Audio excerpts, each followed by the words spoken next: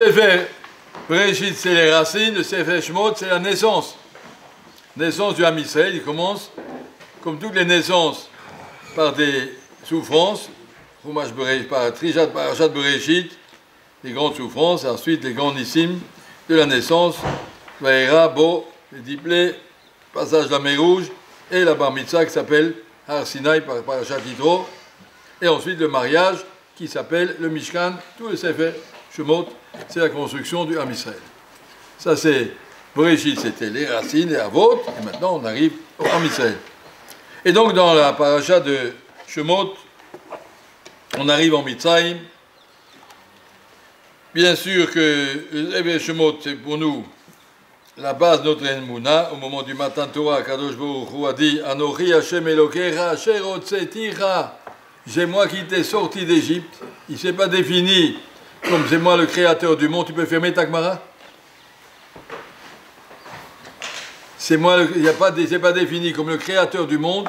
Il s'est défini comme celui qui vous a sorti d'Égypte. À travers la sortie d'Égypte, Akadosh Baruch Hu a voulu nous enseigner clairement la Emouna. Toute notre Emouna est basée sur Yetziat Mitzrayim.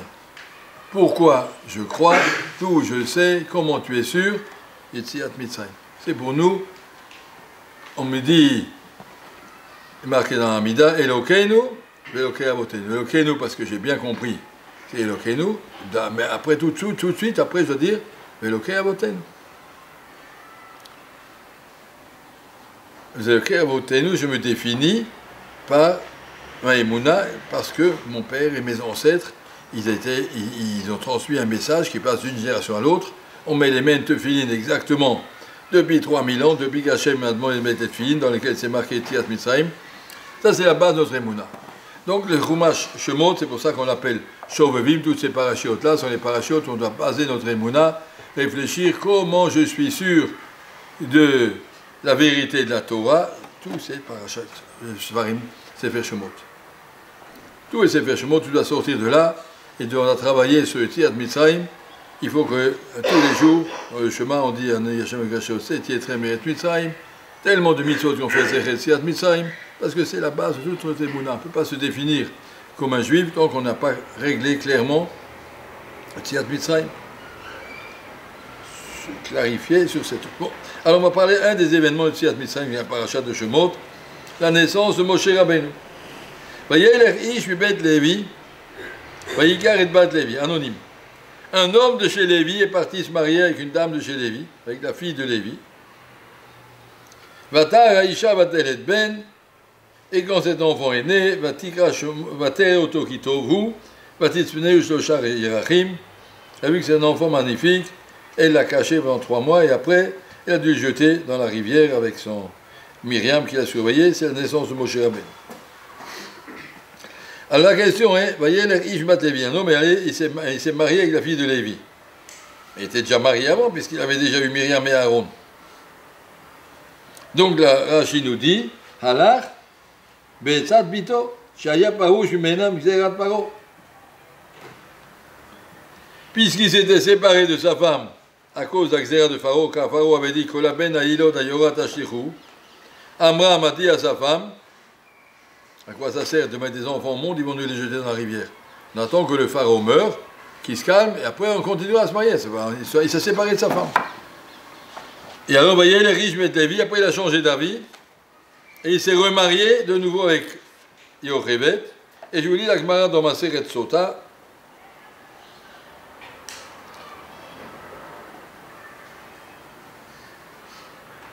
Vous connaissez un midrash connu. Voyez les riches Mibet Lévi, Leichan Halach, où il est allé. Amarav Yuda Barzvina, Halach Ba'atzat Bito. Voyez là, il a suivi les conseils de sa fille. Quel âge elle avait Myriam, sa fille à ce moment-là? Elle avait 5 ans. Tana, Amram Gdol Adoraya. Amram était le Gadol de sa génération, le Manig, celui qui était responsable de toute sa génération. Kivan, chez Gazar, Paro Aracha, Kolaben Aïlod Ayorat Ashtichou. Lorsque Pharaon a fait une xéra, jetez tous vos enfants dans le Nil, Amar Hacham Anou Amélim, il a dit, c'est pas la peine de se marier, de mettre des enfants au monde pour les jeter à la poubelle. Amar de Gireh Jedishto, il a donné un guet à sa femme. Amdou Kulam Girshu et Jotem. Regardez la Emouna du Ham Israël. Si le Rav le fait, c'est juste, tout le monde a divorcé. Tout le Ham Israël, Kulam, Amdou Kulam, dit l'Agmara, Girshu et Jotem. Tout le monde a divorcé. Amralo Bito, Abba Kachak Zeratrayote Michel Faro. Après, la petite fille est venue chez son papa, chez Amram, et lui a dit, c'est plus dur ce que tu fais que ce qu'il a fait Pharaon. Chez Paro, Gazar et Lazharim, Atagzata, Kevot. Pharaon a demandé de jeter que les enfants, garçons, et toi, tu interdis la venue au monde des garçons et des filles. Paro, Gazar et la Baolamazé, Vataba Olamazé Olamaba. Paro, il a pris les enfants, il les a jetés dans le Nil, mais ils auront le Olamaba. Alors que toi, tu les interdis Olamazé Olamaba. Paro, Racha, ça fait que Mitkaim Exerato, ça fait que Mitkaim Exera de Pharaon, comme il y a un Racha, ça ne va pas durer longtemps. Avalata Tzadik, Bevadash Atakaim Mitkaim. Chez Nemavatik Zaomer Yaokamlach, mais toi tu es un Tzadik, que tu décides, Akadosh Baruch l'accepte. Donc c'est une décision entérinée par le Bédin, interdit de se marier. Amad Virzir et Ishto. Il a dit à sa fille, tu as raison, il a refait un mariage avec sa femme, conséquence, Amdou Kulam Verzirun Shotem. Tout le monde a repris sa femme. Moi j'apprends de là, hein, qu'est-ce que ça veut dire, obéissance au Gdolim. Les Gdolés adorent. Amram, il y a marqué Gdol adore rien. Amram était le responsable, le plus grand de toute sa génération. Il l'a fait, il a dit à tout le monde on divorce, tout le monde a divorcé. Il a dit à tout le monde on reprend, tout le monde a repris. Les Gdolim, on peut aller leur parler. Myriam, elle a parlé à son père. Ils ne sont pas fermés. Mais c'est eux qui décident.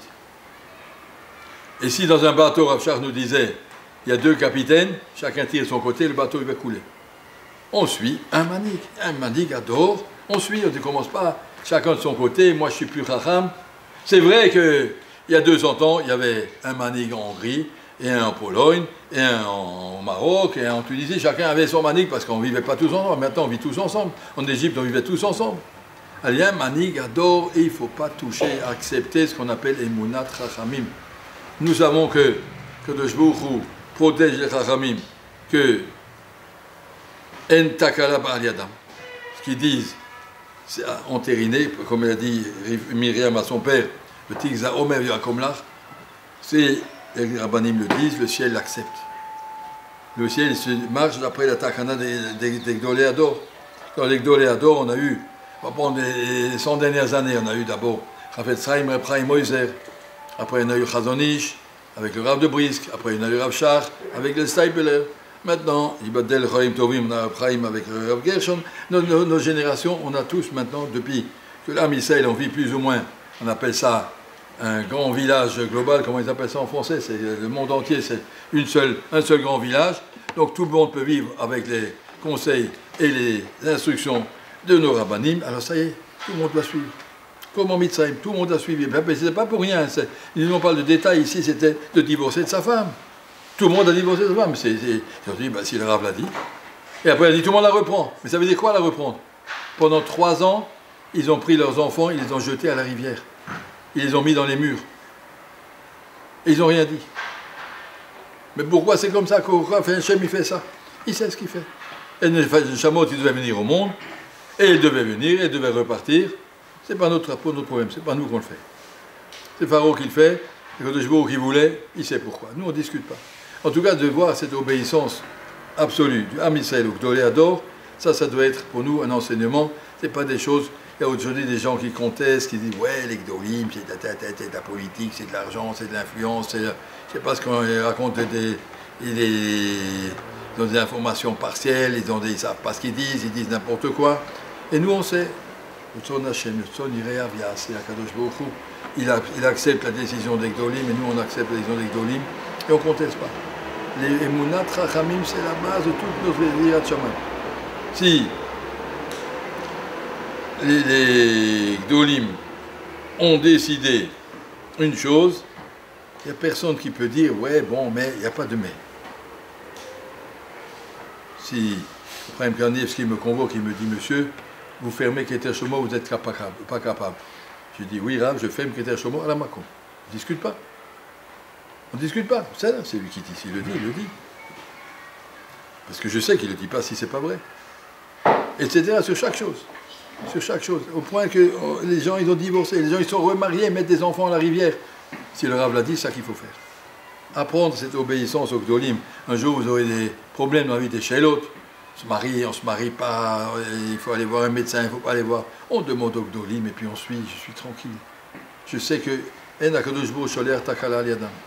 je sais que ce qu'il décide c'est juste, et on suit, on ne discute pas. Être capable d'aller poser ces questions, de ne pas décider tout seul, de ne pas prendre des initiatives, de suivre les Gdoléatos. Regardez cet exemple de Ishmibet Lévi, c'est tellement impressionnant. Tout là, mais c'est me dit l'Agma. Tout le monde a divorcé, et 3 jours après, tout le monde s'est remarié. La moitié aurait pu l'écouter, il avait raison quand il a changé d'avis, nous aussi on pensait ça. Ah, il vaut mieux rester divorcé, on ne va pas mettre des enfants à la rivière. Le Rav l'a dit. Et ils ont enfanté, et ils ont jeté. Ils ont fait ce que le Shbourou attendait d'eux. Ça c'est notre Emouna dans l'Am Israël, Baruch Hashem, le bateau a un capitaine, on n'est pas seul, pas chacun y va seul devant Kadosh Baruch Hu, on est l'Am Israël, le Klal Israël, et ce Klal il vit avec des anagot, des manigim, des chefs, et on suit. Et si on suit, Zat Hashem, marqué dans les Oshanot, à Shana Rabba, on dit Oshana, Shalosh, Shaot, sauve-nous, 3 heures, Oshana, sauve-nous. C'est quoi 3 heures? Dit le Harizal, comme ça, j'ai vu, j'ai pas lu, mais il dit que les 3 dernières heures, avant que le Mashiach va venir, ce sera le Nisayon le plus difficile de toute l'histoire. Tout le monde verra tout d'un coup que le judaïsme s'est trompé. On va voir l'acrobate qui descend de sa croix, on va voir le Mohamed qui descend de son cheval, tout le monde verra, ben oui, ils avaient raison les chrétiens, ils avaient raison les musulmans, ils avaient raison les bouddhistes. On verra le contraire de toute notre Torah. Et toi, pendant 3 heures, reste accroché au Gdolim, je ne discute pas. Les Gdolim te diront, et on dira. Et on suit, 3 heures il faut tenir. Comme à la fin, quand le Shbour va prendre le cocotier et on secoue, ceux qui sont bien accrochés, ils vont tenir, les autres ils tombent. Restez accrochés au Gdolim, on ne discute pas, ne demande pas, les apparences ne sont pas comme ça, c'est pas, la Svara, elle est, voilà, le sionisme est plus important que le judaïsme, Khalila, enfin, je ne sais pas, toutes sortes de Svarot qui peuvent exister et qui ont fait que les gens se décrochent de l'arbre, reste accroché au Shana, Shalosh, Shaot, on a nos Gdolim qui nous dirigent, Baruch Hashem, quand vient nous à Bnei Brak, on a nos Rabbanim avec nous, on avait Yerushalayim, on avait Rav Eliashiv, il y a encore d'autres Rabbanim, mais en tout cas de savoir que la Torah, elle n'est pas livré à chacun. Il y a des gens, qu'est-ce qu'on appelle Gdolim, aussi à Tesharim, il donne la définition, des gens, tout le monde est embrouillé avec ses midotes. On est tous, je ne sais pas si c'est mon émet qui parle, ou si c'est ma paresse, ou si c'est mon orgueil, ou si c'est ma jalousie, si c'est ma vengeance, il y a des tas de choses qui peuvent parler dans mon cœur. Les Gdolim ont dépassé ces midotes. Il raconte là-bas un labyrinthe que tout le monde se perd dedans, mais celui-là qui est au-dessus, il peut te diriger. Moi je vois d'en haut, il peut te dire. Moi, je me rappelle combien de fois j'étais chez Rav Shach, il m'a dit non, c'est pas juste ce que tu fais, laisse tomber. C'est pas comme ça. J'allais écouter des sirots chez quelqu'un, il m'a dit n'y va pas, c'est pas bien pour toi. Mais j'ai dit Rav, j'ai pas fait ce que je te dis. Oui, Rav. J'ai essayé de l'expliquer, et puis il m'a dit non, tu n'as pas raison, point final. J'étais allé chez un Rav, il m'a dit non, tu changes, tu vas pas. Pourquoi? Parce qu'il voit d'en haut, moi je vois d'en bas. Et comme ça, on peut apprendre à aller voir, demander et s'attacher et suivre nos Gdolim, parce que le monde est tellement embrouillé qu'heureusement qu'on a des Rabbanim qui voient les choses claires, et tout seul on ne peut pas décider. Baruch Hashem, ça c'est une des choses qu'on apprend tout au début du Chumash Shemot.